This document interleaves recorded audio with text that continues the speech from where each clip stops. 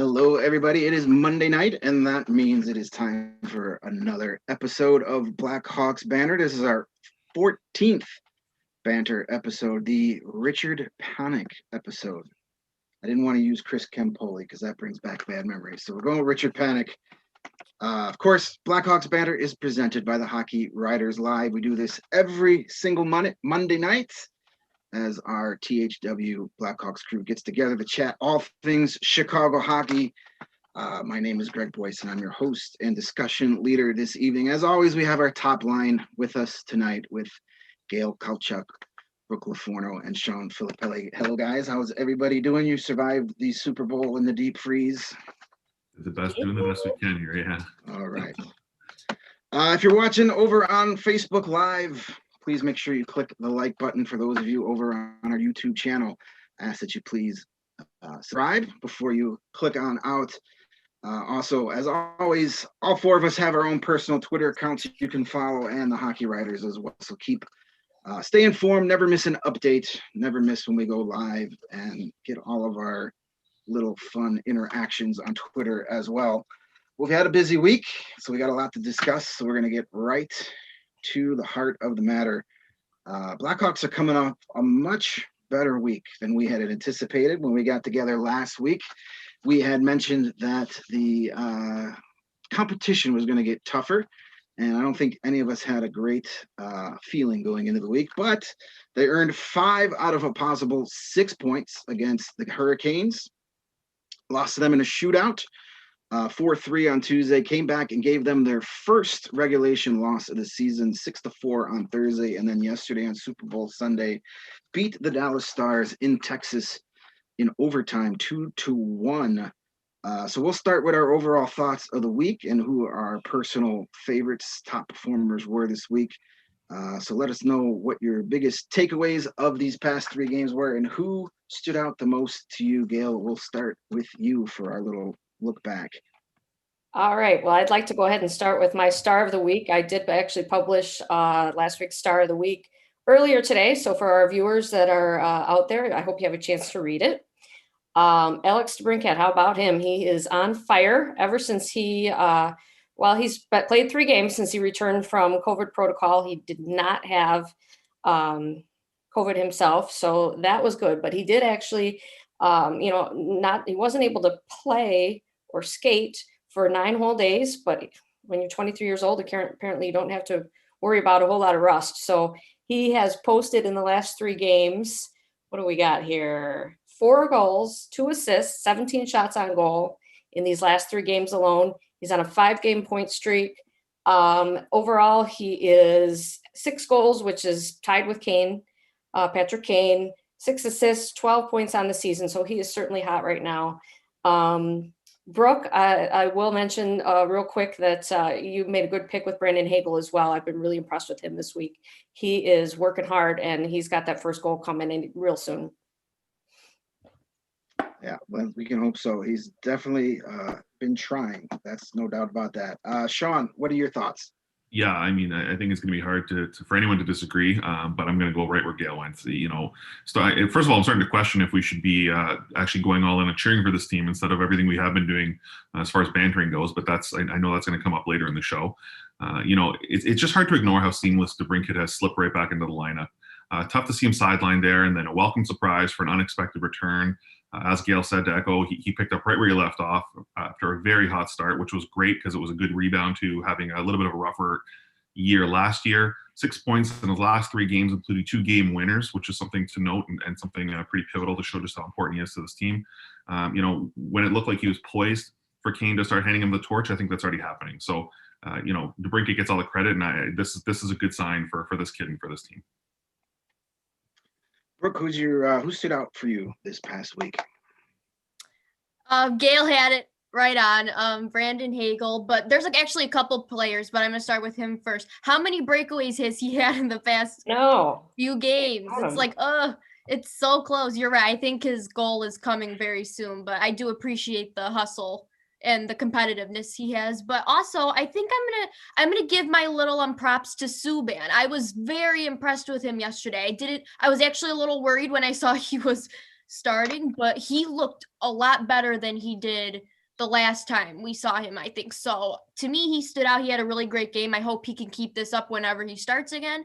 So, and obviously DeBrincat, oh gosh, that his first goal that got disallowed yesterday. Oh my gosh, that was so cool. It was like a baseball goal, but even though that wasn't legal, but it was fun. But yeah, he's been on fire, and yeah, those three are my picks.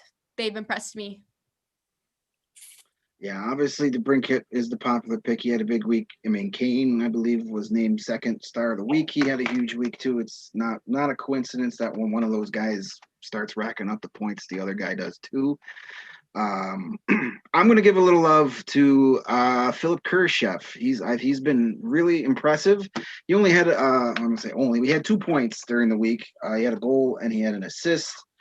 But it's just the little things that he's been doing on the ice that really impress me for a player of his age and of his experience. I mean, this is rookie in the NHL, only his second season in North America. But he just does so many little things on the ice. He scored his goal, a couple of goals this year, just by getting to the front of the ice and putting his stick down and letting Patrick Kane hit his stick with the puck and scoring a goal. I've said it a couple of times on Twitter during games. When you play center with 88, go to the front of the net, put your stick on the ice, and wait. And that's exactly what he's been doing. And then he had to play in one of those Carolina games, even though the second Carolina game, he only got like less than 7 minutes of ice time, which confused me, but what do I know? He made a play where I think it was the second game. They're all blur at one point, but he shot the puck from the faceoff circle and followed up his own shot and was right there for the rebound and nearly stuffed it back in, but his momentum took him a little bit past the net and it was a bad angle. But again, those are the smart, simple plays. Not everybody's going to make Patrick Kane, Connor McDavid highlight reel goals. In order to be a long-term successful player in the NHL, you don't have very few guys can do what those guys do. So you got to make the simple, smart plays. And he's done so much of that. And I just wanted to give him a shout out just for those little things that go unnoticed a lot, but he does them quite well. And it's going to serve him well going forward. Speaking of other young players who have been somewhat impressive, Nicolas Beaudin has made the most of being inserted into the lineup when Adam Boqvist had to sit for COVID protocol, which we got word just a little while ago. He will be coming back, which is perfect leading into the topic here. Jeremy Colleton, head coach, he had a lot to say about him after his first couple games. Raved about his play, rewarded him with some power play time. He's not playing a ton of minutes, about 14 per game. He's still being a little guarded, which is fine. A lot of offensive zone starts. That's what you want for a youngster. Big question is when Boqvist does return, which looks like it's going to be soon, what do you do with the defense? I don't think there's any reason to take Beaudin out of the lineup right now. Ian Mitchell's played well, but you got to play Boqvist. Even though he struggled, you got to keep these young guys in. So how do we handle this going forward? Having too many defensemen is not necessarily a bad thing, but how would you do this now that Boqvist is coming back? Sean, what do you think? Yeah, first off, I mean, glad he's back and hope he's doing well, which I'm sure we all can agree with. As far as hockey goes, he really hasn't done much, in my opinion, to impress or to earn his stay at this point. Perhaps he'll return a little more energized, and hopefully that'll be the case for him and the team. But to be honest with you, to me, I think it might be worthwhile exploring having him watch a little bit more than play to maybe fuel a little bit more of that motivation. But as far as the veterans go, I mean, I certainly agree that we do need to give the youth the chance here. Not to sound hypocritical, I just don't think Boqvist has done much to earn it yet. But as far as the veterans go, to me, Zadorov has just seemed off ever since he came here. I know he's providing that physical presence, and that's great. He's getting the hits, he's getting into fights, and that's all fine and dandy. But to me, in my opinion, when I watch, he just doesn't seem like a good fit. He's just not looking like he's smooth. He doesn't look like he's engaged, and he doesn't seem to fit the style, even as they're developing and growing and not really having much of one yet. He still seems to me to be the oddball out. So if I'm going to have to pinpoint one particular veteran to sort of, call out or to sit or to give these kids more of a chance to get in because they're out, then it's going to be Zadorov. Okay. Brooke, what do you think? Listening to Sean has me like really mad because that brings up the Brandon Saad trade, and it's like, what did we do? But I can't. It makes me mad. Anyways, but I would pair it with Sean said. I said that too about Zadorov. He's kind of been struggling on and off, or sometimes you're looking at him on the ice like, what was he doing? But yesterday I thought though he had a better game than what we've seen of him. So that for what it's worth. But I would pick him probably as a healthy scratch, or even DeHaan probably. I think he's kind of been struggling on and off too. I don't know. I haven't really noticed him as much like positively. Gail might disagree with me. I'm sorry, but I wouldn't mind healthy scratching either one of those because I know we have to play the youth. That's the point of this year. Let's just keep that going. Okay, Gail, how would you figure out the defensive logjam right now? Well, I think that Boquist and Mitchell probably do have the advantage. They're both right-handed shots. Everybody else is left-handed shots. It does seem that the obvious solution here would be to send Beaudin down to the Rockford IceHogs. He'd kind of become the odd man out. But just like Kevin Lankinen has done with the goaltending, I could see him pushing the issue. I think that he really has already pushed the issue. He's been playing really well.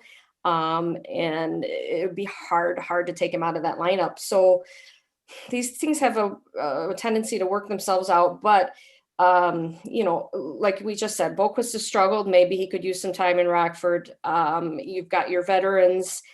Duncan Keith, I didn't think he looked good at all last night. He was just off last night, which is one night, but maybe he needs some maintenance days. Maybe DeHaan and Murphy could utilize some maintenance days as well, so that you can still have Beaudin in there as well as Mitchell and Boquist, and somehow kind of have some kind of rotation. So it'll be interesting to see how Colleton handles it moving forward.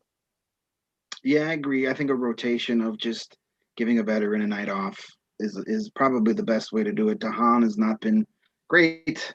Zadorov, he's struggled, though I agree with Brooke. He did have probably his best game of the season yesterday. He did play well yesterday. So if he could build off of that and we see more of that from him, then, I feel less itchy about on the ice. Yeah, but again, Gail, you hit the nail on the head. These teams always seem to have a funny way of working out. But hopefully Boquist gets back out there. Yes, he's not been good at all this year, but he's got to play. Maybe now that the AHL is back in swing, maybe a week or so down there to get some big minutes and get some confidence. I think Boquist's biggest problem is in between his ears right now. It's confidence. Once he gets some of that, I think he'll be okay. So we'll see. From the younger players to more of a veteran player, we'll talk about our guy, Mattias Janmark, who was brought in here to kind of be that bottom six depth forward, penalty killing defensive specialist. And now he's arguably one of the most valuable players on the ice. He's really living up to that next man up mantra. He's been given some opportunity on the top line. He's playing on the power play. He's putting up points, probably more than most of us would have predicted before the year started already. So how surprised are you of this offensive output from Janmark? And do you guys think he's going to be able to keep it up? Brooke, we'll start with you on this one. I am surprised about Janmark so far. I think we probably all are. I wasn't really expecting much offense out of him, to be honest. I figured that would kind of be far and few between, but he's kind of stepped up. And I mean, I do praise him for also his defensive capabilities too. He's good in a lot of aspects that we're seeing a lot more since he's on the first line. But I do think he'll be able to keep up the offense since he does have Kane and Kurashev. You got some good playmakers there to help you out there. So I think that helps. And he looks right at home on the power play too. But something that reminds me of Janmark is that it's not always beautiful with him. Like when he had that breakaway goal and he was like laboring and like it doesn't always look so pretty on his part, but it works somehow. And I don't know what that means, but it's just what it is. It's not always pretty, but it works. So, hey, I'll take it. And I don't think I would necessarily pin him as a first line guy, but like I said, right now it works. So I'm going with what works right now. I'm impressed with him and I do think he'll keep it up. Gail, what do you think of one half of the Marks brothers? Yeah, I have my sights set on Walmart at the beginning of the season, and of course, we don't really know what's up with him because he's been out with COVID protocol. So he could impress us hopefully at some point as well this season. But in regards to Janmark, he's smart, he's experienced, and he knows how to play to complement Kane. So he's taken advantage of this depleted lineup. Kudos for him for doing that. He's actually cooled off, I think, the last couple games. So I'm not sure if he's going to be able to keep it up. And I'm not sure if, like Brooke said, he's ideal on the top line there. But what they have been able to do with him stepping up is when DeBrincat came back, instead of putting DeBrincat up on that top line, they've got him with Strome and Kubalik on the second line, which, as we know, has been really hot. And DeBrincat has been obviously taking advantage of that. But, him and Strome are together. That's just a pretty dynamic second line there. So I hope that Janmark can keep it up so that they can maybe continue this. We'll see how that all pans out as we go. Sean, what do you think of good old number 13? He's 13. Yeah, I mean, right? a few weeks ago we talked about this. Gail had brought up the question of how do we rank these players as sort of the newcomers, and I had put him pretty high. I watched him for a few years now back in Dallas, and I liked his game. I think he's a very versatile player, and I thought what he was going to bring to Chicago was going to help, especially considering the rest of the players in that list that Gail had provided. So I thought he was going to make a pretty big impact. I had Soderberg in front of him. Clearly, that's not working out the way that we expected, but. So I'm not really surprised by Janmark's impact per se. He's proven to be a pretty versatile player. He's proven to have that skill set and to be able to be thrown into any position and perform. With that said, I don't think any of us anticipated that he'd have this type of production this early on. Again, he is versatile, but I think it goes without saying that you put any player with Patrick Kane, and you put him on the top line, and you get him some power play minutes, and he's going to produce. So that's what we're seeing, and Janmark's taking full advantage as he should, and he's earned that. And I think we're seeing some great impact from him. And I sort of echo what you're all saying. I don't know that we can anticipate it to maintain at that level, but at the same point, if he's going to keep getting these minutes, he's going to keep still playing with Kane. I don't know why we should expect anything otherwise. So if we can maintain that collaboration, I mean, we're certainly going to see career highs from Janmark, and even in a shortened season here.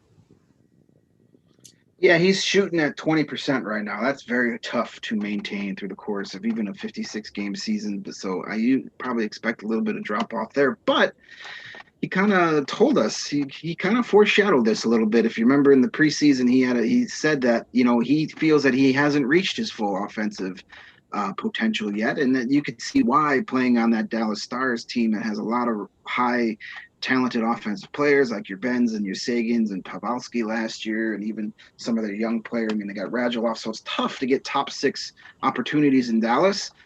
And now he's getting the chance because of all the injuries and all the COVID stuff. So he's making the best of it. So maybe he was betting on himself, and he warned us. He said, hey, I can actually play some offense. So we'll see what happens. It's definitely been one of the best acquisitions we've made here in the last couple of years as far as free agents. So definitely getting our money's worth this point of the season. I forgot about how he played his old team last night. Yeah. And I think I read where he mentioned that he was going to have some fun with it and try to maybe do some forechecks and a couple hits in that. And at one point I saw him, flying around and really being physical out there. They were all getting a bit chippy at that point, but that was also kind of fun to see. Not really offensive, but all around play. Yeah, for sure. There'll be definitely a lot of opportunities. That's 7 more games against each other this year, so I'm sure the love relationship will fade a little bit. Fun. Just a reminder, if you guys are watching, you're watching Blackhawks Banter live on Facebook and YouTube, so please hit the like button or subscribe button, depending on what venue you're tuning in on, and follow us all on Twitter to stay updated. And we were talking a little bit about Janmark being up on the top line because of his play. So when you put someone up to the top line, someone's got to move down to the bottom 6. And Pius Suter, he went from being the toast of the town with a hat trick against the Red Wings to all of a sudden being put on the 4th line. He's since been played on the 3rd line, bottom 6 minutes essentially. Is that something that you guys felt was happening because of something particularly he was doing or not doing, or do you think it's just the fact that, hey, other guys are hot, you got to give someone else a chance. And there's only 6 positions in the top 6. So, wait your turn. Gail, what do you think about Suter's placement in the lineup the last couple of games? Well, I originally, my thought was that it was just because others are playing well. They wanted to give Kauchak a chance on the top line, and he's doing well there. And then Brandon Hagel is running around working his butt off, so they wanted to reward that. So it was just kind of one of those things where that's where Suter got placed. Although I will say that he kind of had a shot last night. He was on the 4th line, but then he got put back up to the 3rd line, and he didn't really do much with it. So I think that he's having a tough time, but I also think that he will eventually get back up there in that top 6. He has the talent for it, he has the skill set for it, and he'll probably perform there better as well. So it's just a matter of time and a rotation, I think. So, and everybody, their competition is not a bad thing to have. It's you can't complain about that because everybody's going to be trying harder to do well, and then the Blackhawks will benefit from that as a whole. Absolutely. Shaun, what are your thoughts? Yeah, I just think it's a combination of things. I mean, although we saw a dip in his production, others around him rose. So it's just a natural byproduct of that shuffling to reward those that were performing. And it's also the type of year where we're going to see all this shuffling, as we keep asking for. So the reality is get these players moving around, get them playing with different connections and collaborations, and see what works. So we're going to see a lot of that happening. And again, it's less about punishing Suter and more about rewarding others in this particular case. He's going to earn these chances back. And when he does, he's going to take advantage. And if for nothing else, getting dropped, a player like that who did get a hat trick and who was the toast of the town, so to speak, it should motivate him. So shouldn't be too bad of a situation here for him, where if he does get shuffled up and down the lineup, hopefully we just see that bring the best out in him. So I don't think he was punished. I just think others are doing well around him, and he'll get his cycle back to being the one who's up there. Brooke, Suter staying on the bottom 6, or will he be back up top soon enough?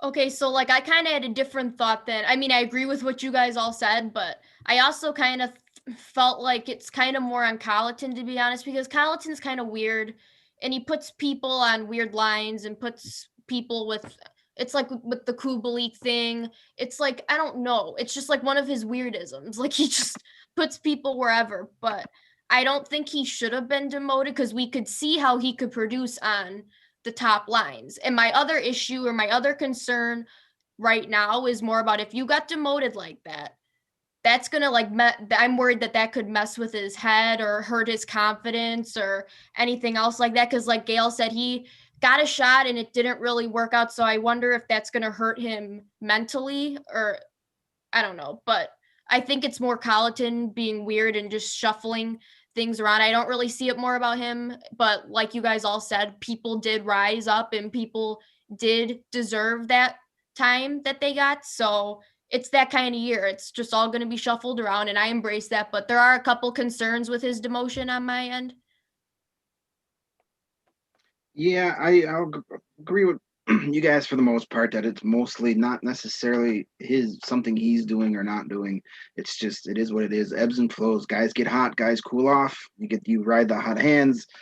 Though there have been some defensive deficiencies with Suter out there a few times where you kind of going, hey buddy, what are you thinking right there? But he's not your traditional 4th line player, that's for sure. So we'll see how that goes. He didn't really respond to the demotion. So sometimes you see a guy move down in the lineup and you see them try and, make an impression those first couple games. And they really didn't see a whole lot of that, but we'll see what happens. He's still learning the North American game. So it's going to be ups and downs all season, most likely. Speaking of ups and downs, our preseason predictions, if we go back and watch that episode, we weren't very kind. We weren't very optimistic, and rightfully so. I don't think many people were. Okay, Gail was the queen of optimism. She had the Hawks losing in Game 7 of the Stanley Cup Final. But with all the injuries and with all the injuries and everything that's going on, but here we are, 13 games in, and the Blackhawks, or is it? Yeah, 13 games in, and the Blackhawks are in a playoff spot right now. They're 1 point out of first place. Granted, two teams are tied with, and the team that's ahead of them by 1 point, Tampa, Florida, and Carolina, they've all played only 9 games, so they've got some games in hands on us. But still, this is a much better start than any of us would have predicted, and pretty much anybody would have predicted. Just 4 regulation losses in 13 games. That's pretty amazing. So there's still 43 games to go, a long way to go. Did we underestimate this team, or is this just an anomaly, one of those hot stretches where you just ride it out and say, I'm not going to try to explain it, I'm just going to enjoy it? Shaun, what do you think? I do think that we absolutely underestimated this team, but I say that with caution.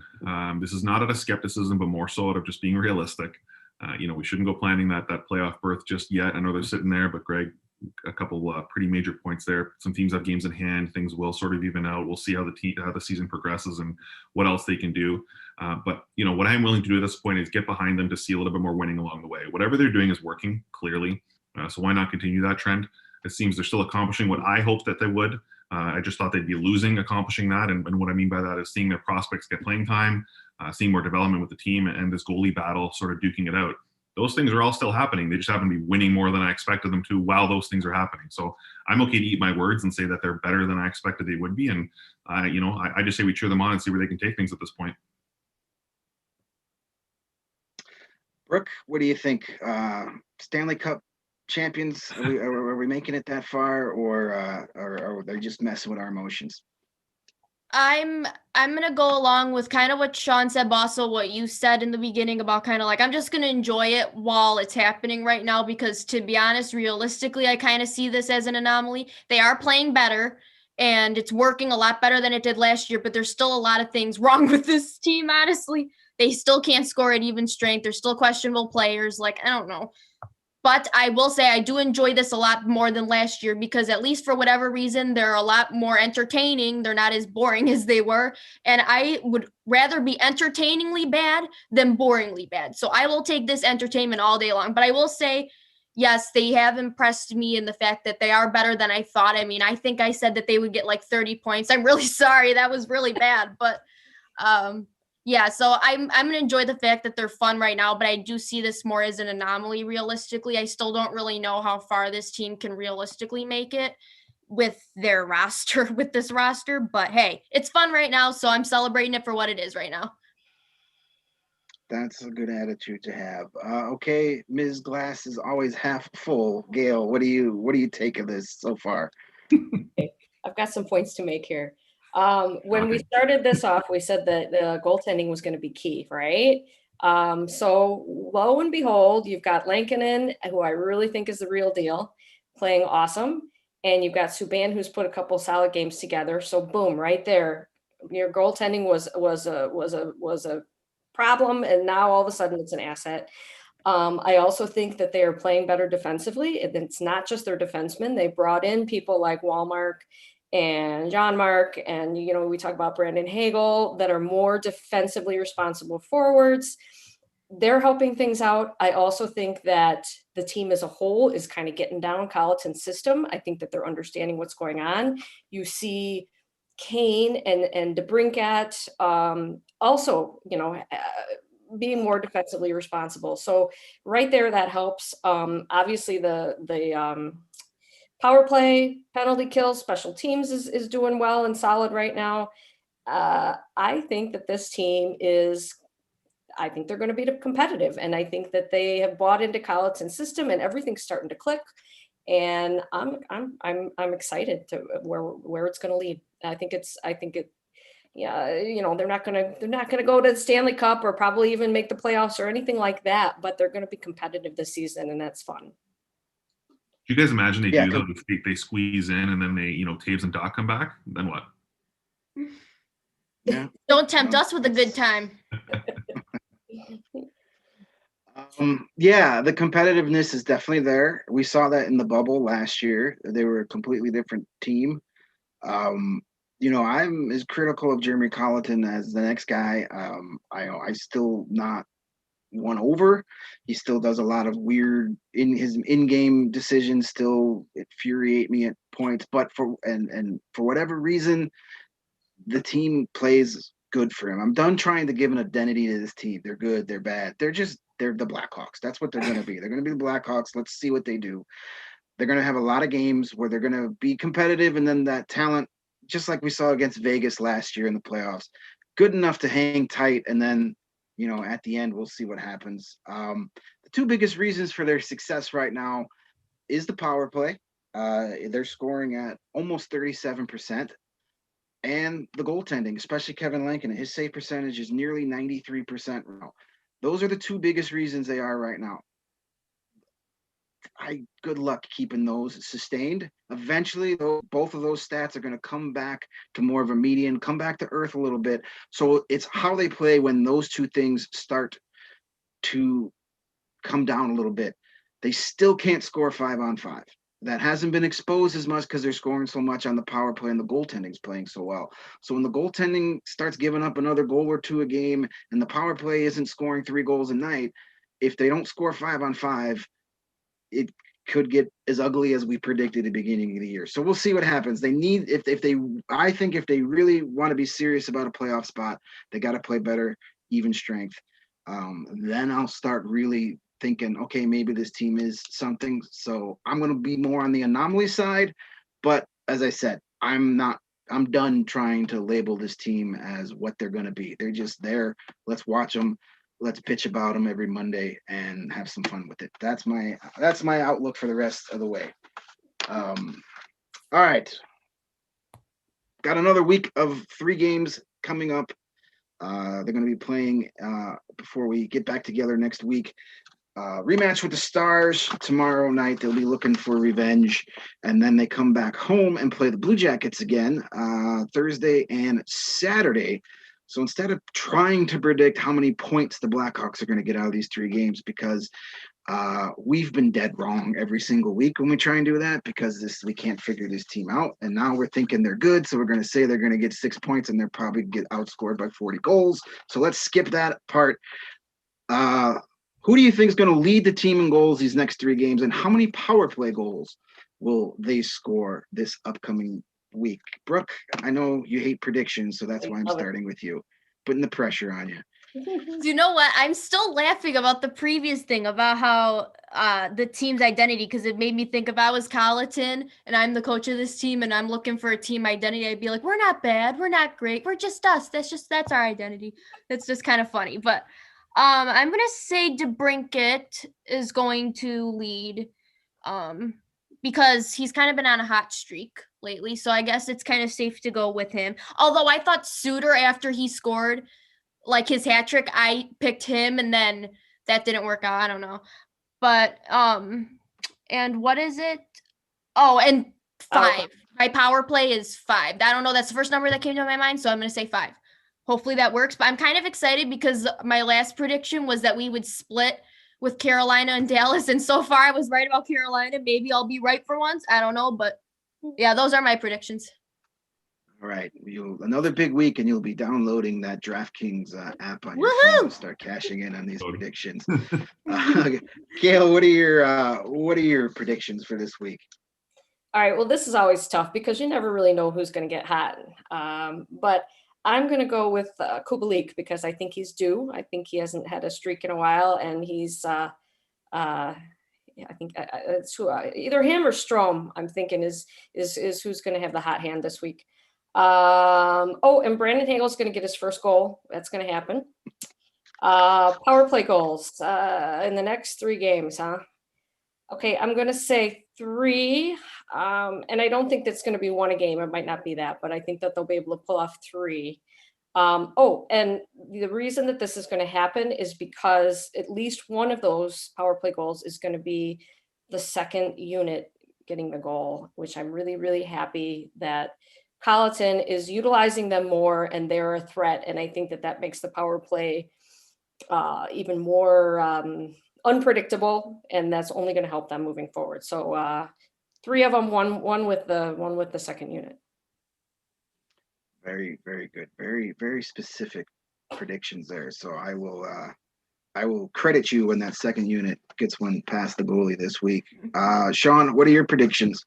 Yeah, similar to what Brooke said, I was completely wrong about Suter going into this week. So I hope that that's not a trend of things to come with these predictions, because I'm going to go right to DeBrincat. I think he's going to continue his torrid pace, and I think he'll lead the team in goals this upcoming week. I don't think he's as trendy maybe as Suter's play looks. So we've seen enough consistency where I'm pretty confident that us predicting him getting it isn't going to cause any problems towards that prediction. As far as power play goes, I'm going to take it in a little bit of a different direction. Instead of giving you a number, I'm just going to say that they're going to stick to 33%. They're going to convert 33% of the time. So however many they get, they're scoring 1 out of every 3.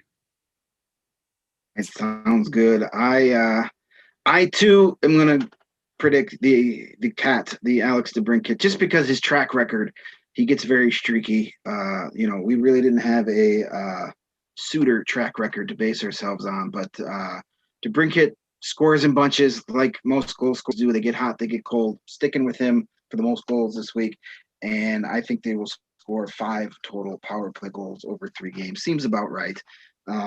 Maybe they'll get hot again for 1 game and then tail off there, but we'll see. Bet on it while it's hot, until it cools off. Keep riding it. So that is going to wrap up this edition of Blackhawks Banter. Another good show in the books. As always, thank you to Gail, Brooke, and Sean for stopping by and chatting. I also want to give a shout out to our woman behind the scenes, Melissa Boyd, for making us all show up online, working behind the scenes, doing a great job. Thank you, as always, for being the producer, so to speak, and getting the promos out there. We definitely appreciate that. And most of all, thank you for all of you who are tuning in, either watching the live broadcast or catching a replay at your convenience. Without you guys, we wouldn't be doing this. So we appreciate all the viewership. Make sure you click like on Facebook, subscribe to that YouTube channel, follow us on Twitter, and most importantly, stay safe and stay warm, Blackhawks fans. We'll catch you back here next Monday night at 7 p.m. for Blackhawks Banter. Good night, everybody. Bye.